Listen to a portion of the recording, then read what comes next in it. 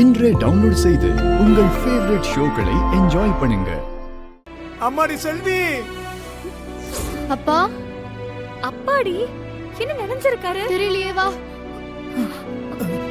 எங்கப்பா போயிருந்தீங்க இவ்வளவு நேரம்? என்னப்பா இப்படி நினைச்சு போய் வந்திருக்கீங்க? அது ஒண்ணும் இல்லம்மா, அந்த கர்ணாவுக்கு பயந்து மேலே இருந்த தண்ணி தொட்டியில ஒளிஞ்சுகிட்டு இருந்தேன். அப்ப நான் போன் பண்ணி பேசும்போது தண்ணி தொட்டியில தான் இருந்தீங்களா? ஆமாம்மா. ஏன்பா இங்க இருந்துகிட்டே வராம எங்களை அசிங்கப்படுத்த பாத்துட்டு இருக்கீங்களா? நம்ம வீட்ல யாரும் ரெண்டு ஆம்பளைங்க வந்து உட்கார்ந்துகிட்டு அதிகாரம் பண்ணிக்கிட்டு இருக்காங்க. அப்ப எங்களுக்கு எவ்வளவு அசிங்கமா போச்சு தெரியுமா? சீக்கிரமே கொடுத்துறேம்மா. யாரு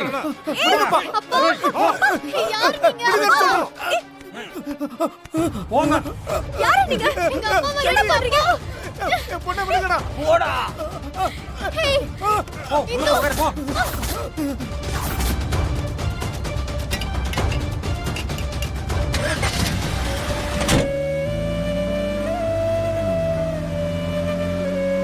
அப்பா, செல்வி. அப்பா, செல்வி, நில்லு. அப்பா, செல்வி. செல்வி. என்ன செல்வி? வாங்க. அம்மா. என்னடி? அம்மா. என்ன? செல்வி. அப்பா அம்மா. அப்பா. அப்பா. அப்பாவுக்கு என்ன? என்னம்மா? என்னம்மா சொல்லுமா?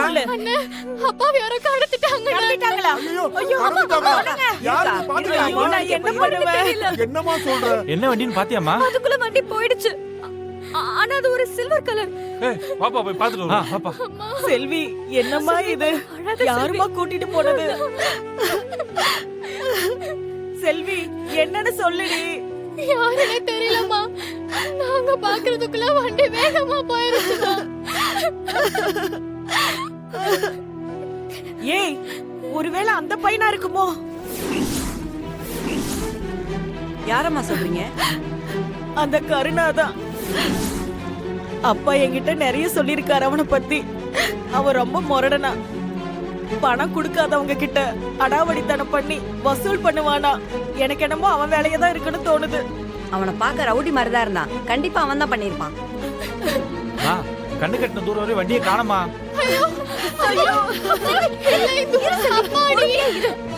அழாத. அந்த பொறுக்கிதான் அவன் தான் அப்பாவை தூக்கியிருப்பான். அவன் எங்க இருப்பான்னு எனக்கு தெரியும்.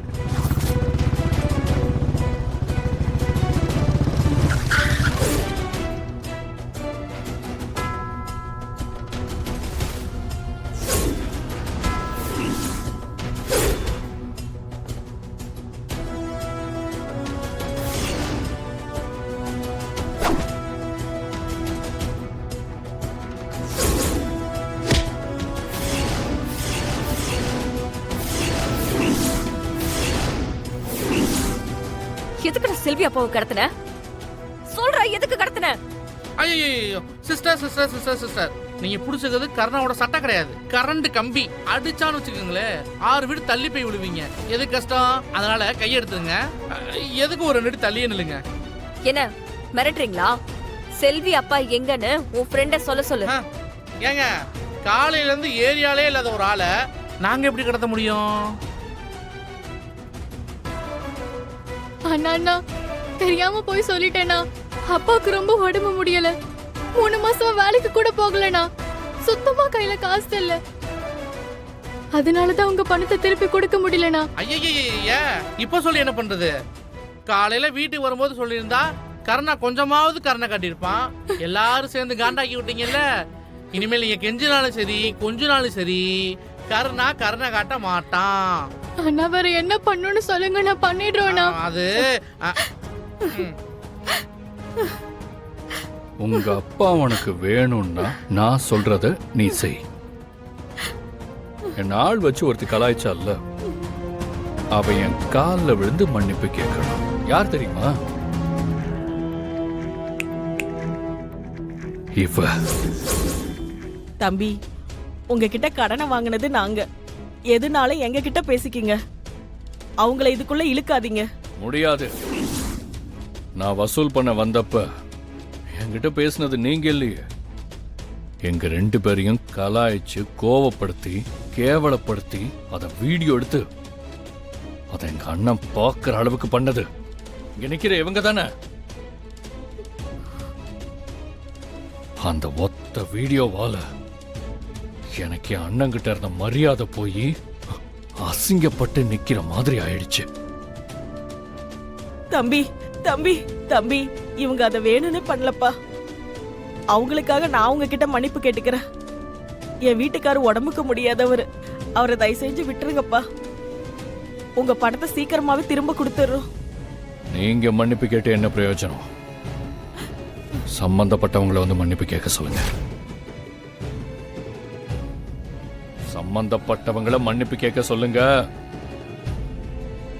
புரியல? நிக்கிறாளே இவதான் நான் அண்ணன் முன்னாடி அசிங்கப்பட காரணம். நான் பட்ட அசிங்கத்தை சரி செய்யணும்னா எல்லார் முன்னாடியும் இவன் என் காலில் விழுந்து மன்னிப்பு கேட்கணும். கேட்க சொல்லுங்க. எல்லார் முன்னாடி என் காலில் விழுந்து மன்னிப்பு கேட்கணும். தப்பு பண்ணது நீ. அப்படி இருக்கும்போது நான் எதுக்கு மன்னிப்பு கேட்கணும்? அதெல்லாம் எனக்கு தெரியாது. உன்னால தானே எங்க அண்ணன் முன்னாடி அசிங்கப்பட்டு நிக்கிறேன். அந்த வலி என்னன்னு உனக்கும் தெரியணும். நீ என் வீட்டுக்கு வந்து அராஜகம் பண்ணுவ, அதை யாரும் தட்டி கேட்க கூடாது. அப்படி யாராவது தட்டி கேட்டா அவங்கள போட்டு அடிப்ப. அத பார்த்துட்டு நாங்க சும்மா இருக்கணுமா? நான் சும்மா விட மாட்டேன். இப்பவே உன் மேல போலீஸ் கம்ப்ளைண்ட் கொடுக்கறேன். போங்க மேடம், போய் தாராளமா கம்ப்ளைண்ட் கொடுங்க. போலீஸ் வந்து விசாரிக்கட்டும். 5 மாசமா வாங்கின கடனுக்கு வட்டியும் வரல, அசலும் வரல. போன் பண்ணா போனையும் எடுக்கிறது இல்ல.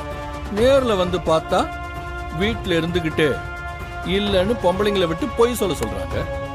நாங்க கொடுத்த கடன்ல வண்டியும் வாங்கிட்டீங்க.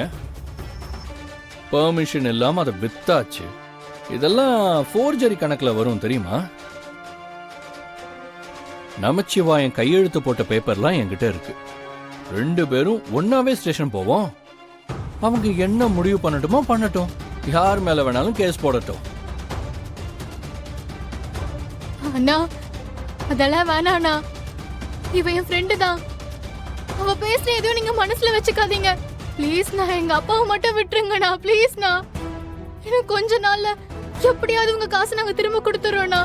இங்க பாருமா, நான் உங்க அப்பாவை விட்டுறேன். ஆனா அதுக்கு ஒரே ஒரு வழிதான் இருக்கு.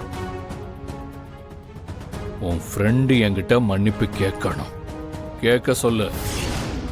அவ என் காலில் விழுந்து மன்னிப்பு கேட்கணும். அப்படி கேட்டான்னா நீங்க அப்பாவை இப்பவே கூட்டிட்டு போலாம். என்ன சொல்ற?